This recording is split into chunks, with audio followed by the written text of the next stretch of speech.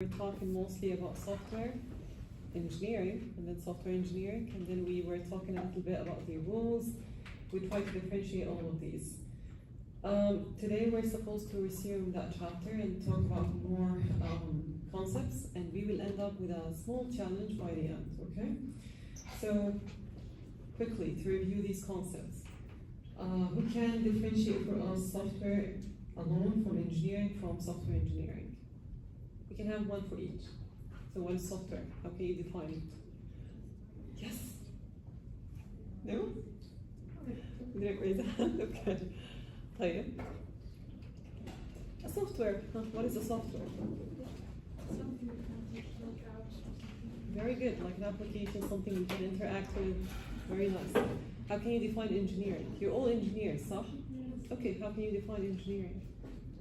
The ability to do problem solving. Very good, excellent. Now put them both together.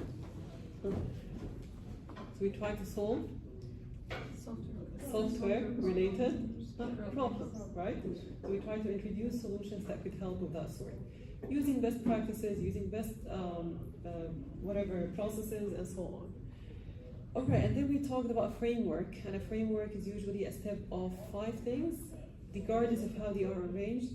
Okay, we'll talk about this later, but what are the key phases that we actually see in software? So step number 1 is what? Planning. We do actually plan, okay, good. So what initiates the planning? Design. We have design, okay, you're skipping something in between. What is that? Implementation. Okay, what sort of documentation? Very good. What sort of documentation? Software analyze. Yeah, Analyze. Gathering requirements. I heard it actually. Software requirements. Requirements, very good. We need requirements, right? So requirements is your step number 1. You stay, let's say, with a customer, with a stakeholder, you try to know their needs, how their business is growing and so on. You try to document these requirements and then you start planning. How would you execute the project? Then comes design, as you mentioned. Then after design comes development or implementation, right? And then starts testing, then maintenance. Very good. We also spoke about lots of roles. These, remember? Okay. So we talked about different types of developers. We talked about different types of engineers, data scientists, data analyst, IT consultant, UX designer, and many more. Today we're supposed to talk more about the attributes, about software classes, cost, and challenges. All right. You're all end users at the very end, right? You all went through an experience, let's say, with 1 or 2 softwares, a minimum, right? Or applications, let's say, on your phones. What makes an application a good one? How would you tell that this is a quality software? Yes? When the developer takes into account ease of use in terms of the user Excellent. side. So it's easy to use, very good. What else? If it's efficient. Yes. If it's efficient. If it's efficient. If the application is updated. Updated, very good, up-to-date information. Application does what it claims to. Very good. So functionality is well addressed. Very good. Yes, please. If the application is secure. Security is a very important factor. Excellent. What else? Okay, so we will try to look into 4 main measures, okay? Not everything, but these are the main ones. We have maintainability, dependability, efficiency, and usability. Okay. How would we say this is maintainable software? So as you said, it's up to date, right? Whatever updates or let's say bugs to be fixed will be addressed really quick. So this is simply maintained in that sort. And keep in mind, we said maintainability is not something to do within a year or 2 or 3, right? It could be something that lasts for a lifetime. So maintainability has a good cost based on how big is this project. So as long as it meets the business needs and whatever changes are requested, then this is simply maintainable. Dependability in terms of trustworthy application to use. Okay, so if you actually are using an application or any software that you think is not actually fitting your own needs. Okay, so you want, let's say, to use a a software, let's say, to generate a document. Okay, could be a PowerPoint, could be a Word file. It doesn't support you with the necessary tools, let's say, for font, for size, for colors. Will it still be the best option for you, or you will go and search for alternatives? So simply, that's what we look for. Is it something to be reliable? Is it something that we can use for a long time? Even if new, let's say, requirements came in, will it still be a best option for you or not? That's why user experience is a good factor when mostly working with dependability. So increasing user experience means you can include more people to be your own end user at the very end. So trustworthy. Okay, how many application requests from you payment online? Can you just name any? Do you go for online shopping, let's say Amazon, anyone? Okay. So that's I think something we use, let's say, on daily, weekly basis, right? If this application is at certain point not secured, will you still trust to put your own credentials on? Okay. So trusting an application is a big deal, right?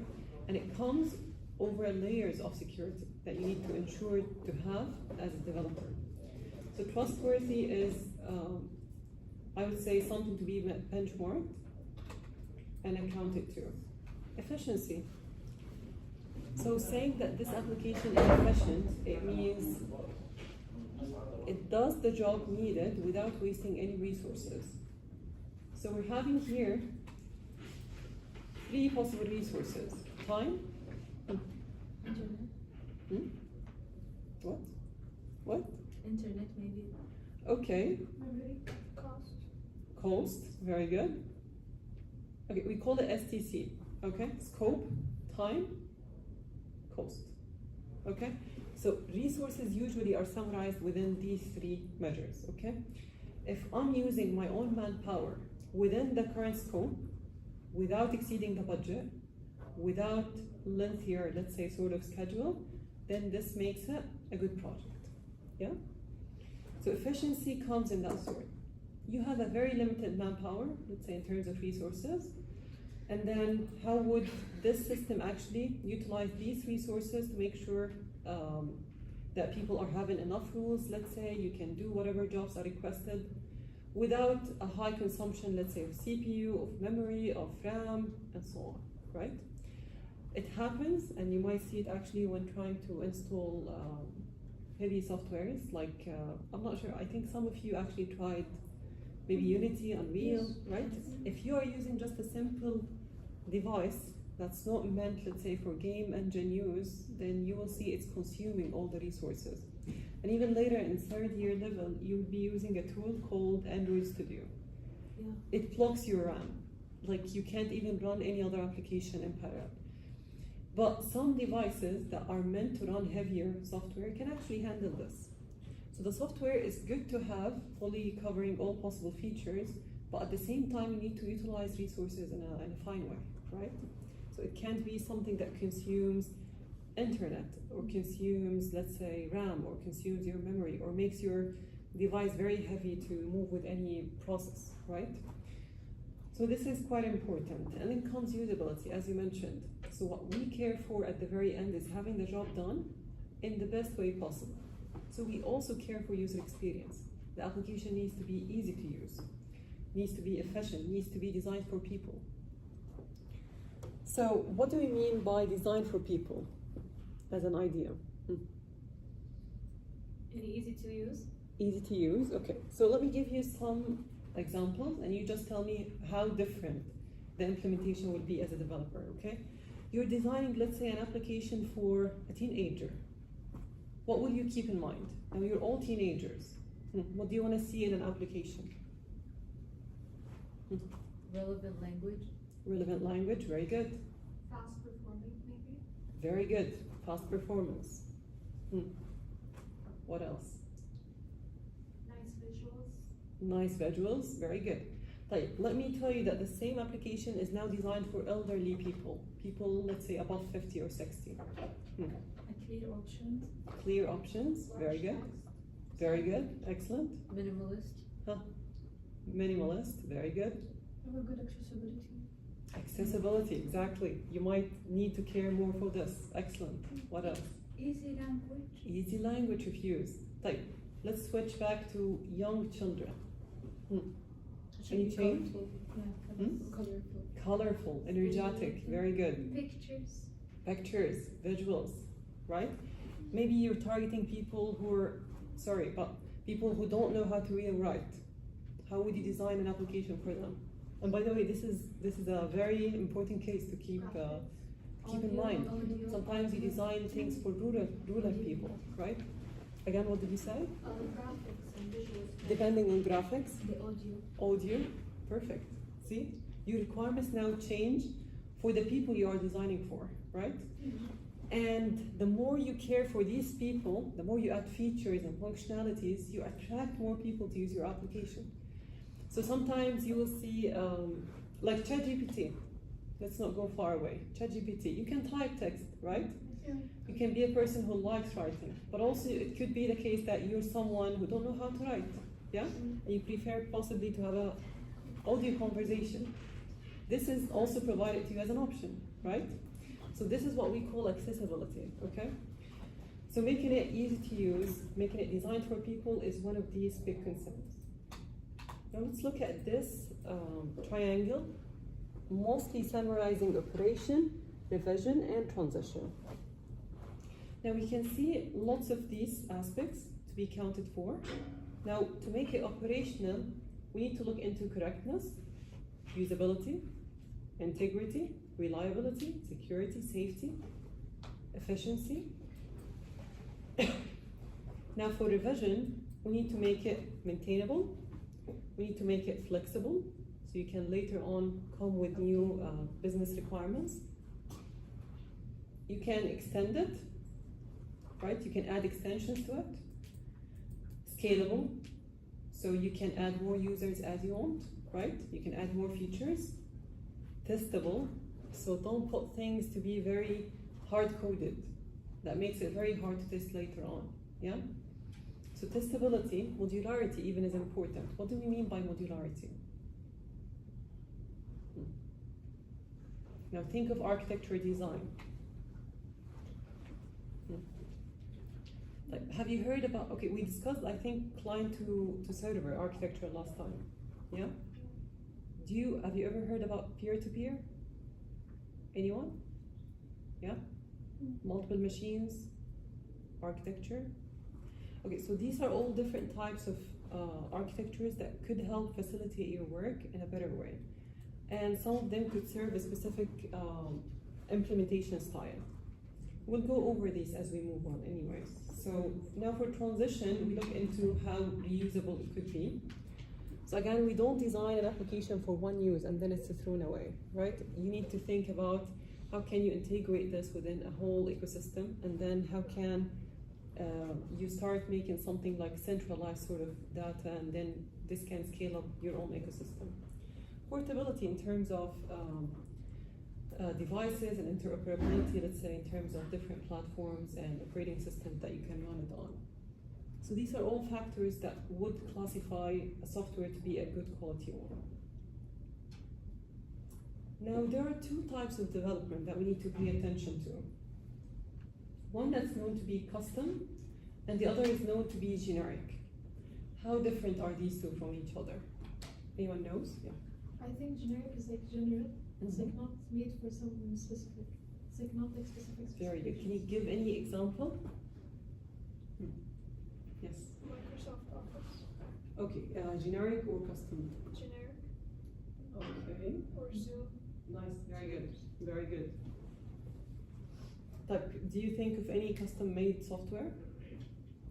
Any like websites for specific browser. Al-Faisal website is a custom one, very good.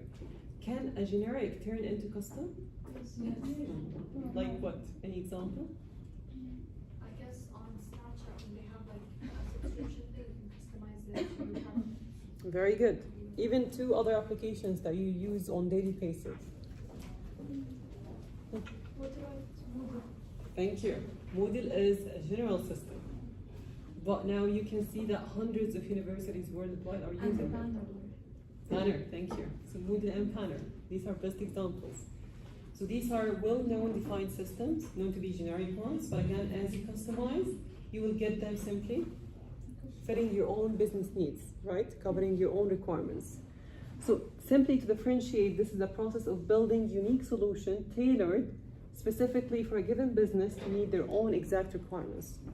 But this one is something off-shelf or pre-built, and it's designed mostly for broader range of people meeting common business needs.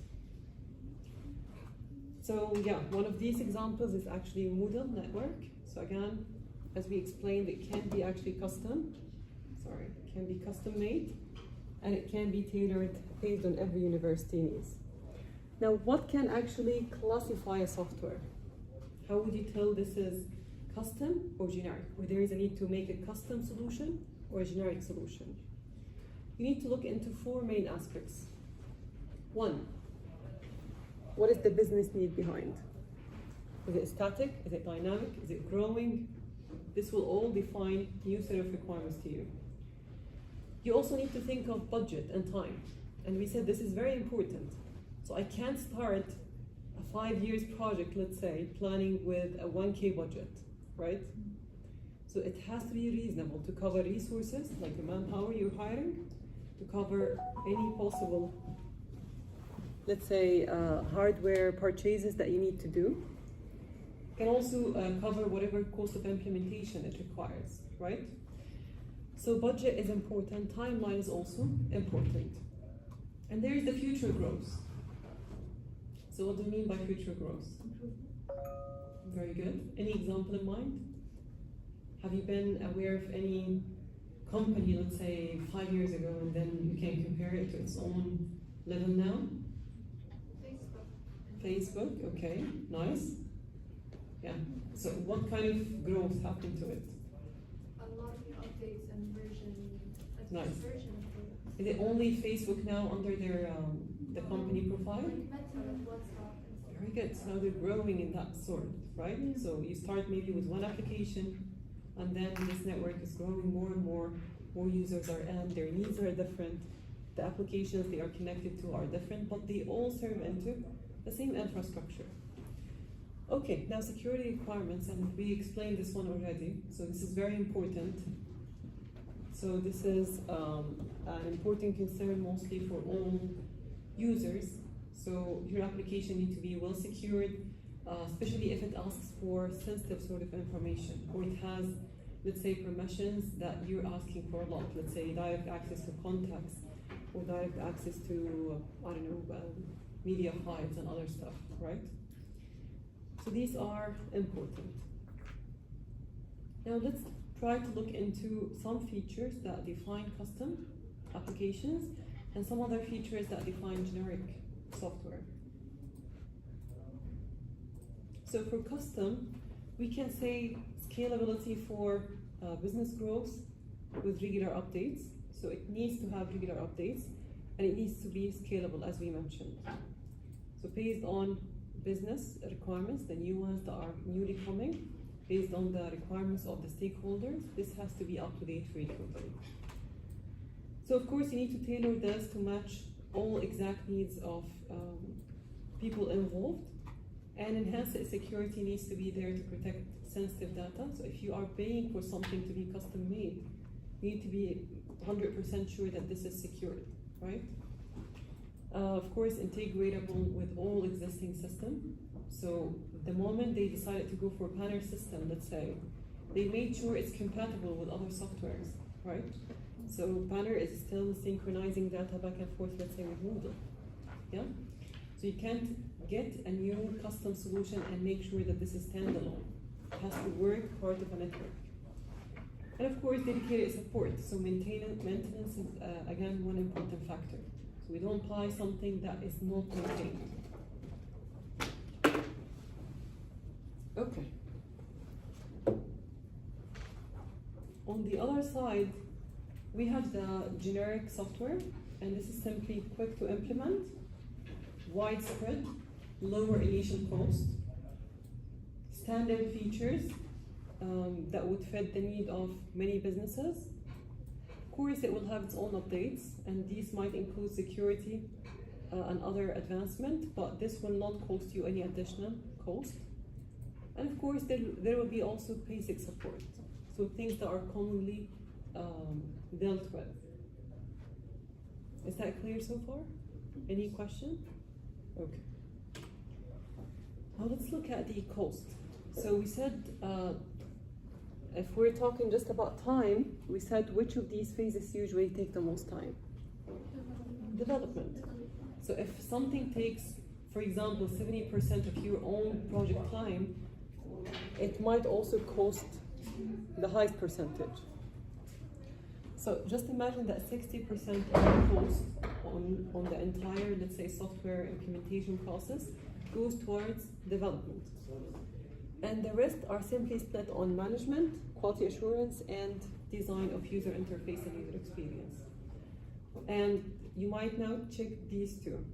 Do you see how many goes for, how much goes for the design? 7%. So it's important, we're not saying no. But it's not as important as development. Development is usually what ensures that the application works like as their requirements, right? And then we have quality assurance to make sure that testing phase is passed, no bugs or issues that are critical ones to be reported. And we have also the project management, which is important in maintaining the entire process and making sure that the project could be delivered on time within budget and scope. Let me show you something here interesting. So we agreed that it could be a team of 100 people working together, right? Between engineers, data scientists, data analysts, developers, testers, designers, and all, right? How can these people communicate together? Let's check out this example. So we have a product that this is how the customer explained it, okay? And this is how the project leader understood. And this is how the analyst designed it. And this is how the programmer wrote it. This is how the business consultant described it. And this is how it was documented. And these are the operations and how they were installed. And this was the budget. So this is how the customer was billed. And this was the support they received. And this was actually what the customer wanted. What can this tell you now?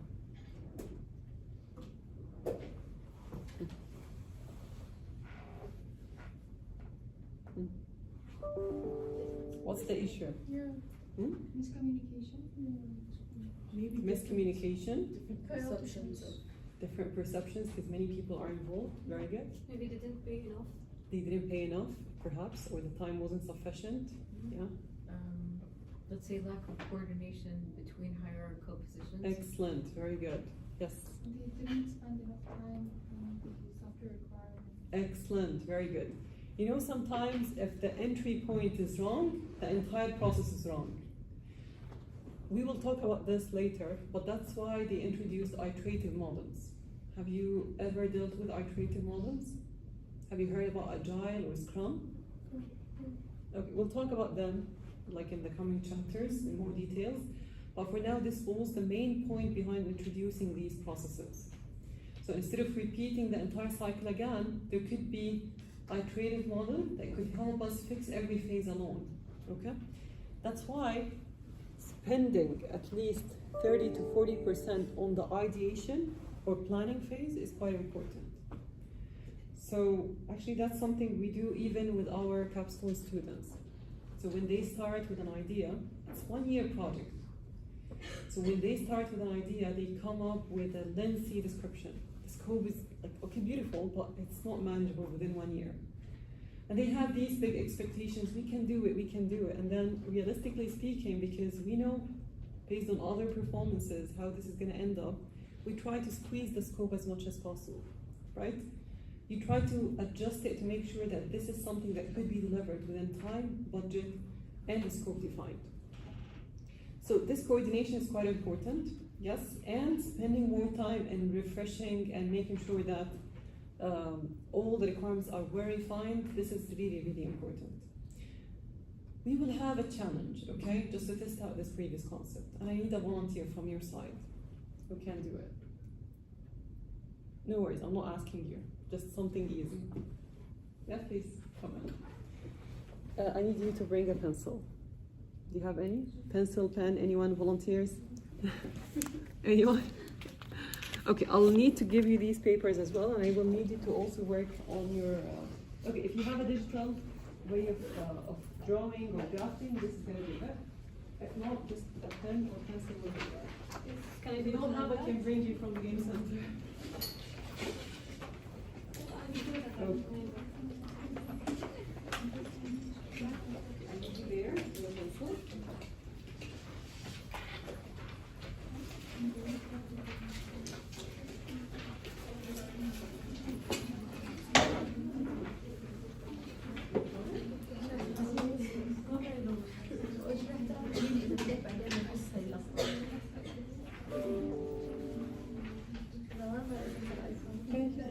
أنا لازم بس يعني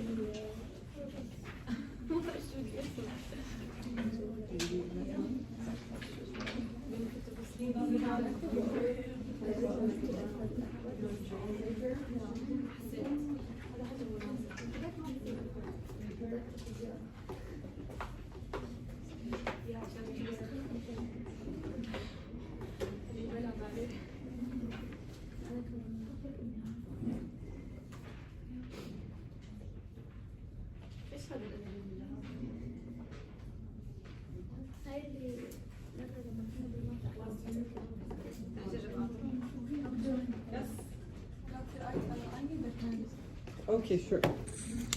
طيب.